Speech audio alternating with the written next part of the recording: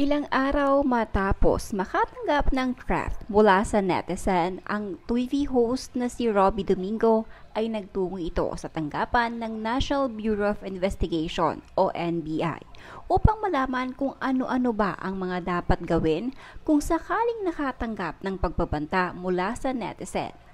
Ayon kay Robbie sa kanyang post ay nagpapasalamat umano siya sa Chief ng Cybercrime Division na si Chief Bumediado at sa abogadong si Attorney Tukay dahil sa nasagot umano nito ang kanyang mga naging katanungan. Katulad na lamang na libre pala ang pagpa-file ng complaint kung sa palagay mo ay nasa risk na umano ang iyong seguridad. Sumunod naman ito ay palagi umanong screenshot ang nais ireklamo ng complainant maging ang URL umano ng post dahil anya kahit deleted na daw ang naturang post, pwede pa din umanong matukoy ito ng NBI kung sino ang may gawa ng naturang post. Kabuang post ni Robbie Domingo sa kanyang social media.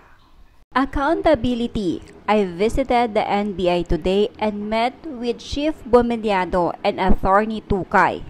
Thank you for answering all my questions. Here's what I learned.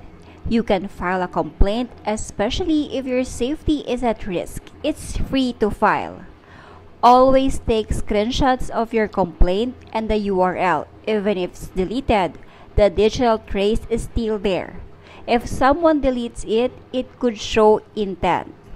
Whether it's a troll or not, there's a real person behind the screen, and they are still responsible for their actions.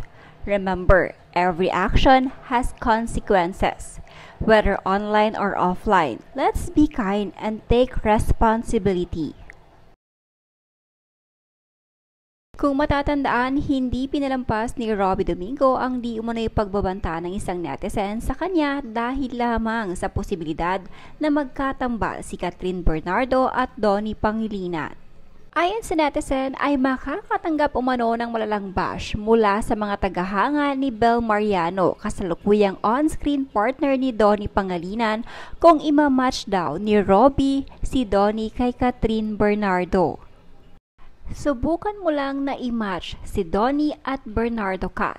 Ready ang solid supporters ni Bel Mariano na i-bash ka mula ulo hanggang paa. Huwag mo i-tolerate yung ng kaibigan mo.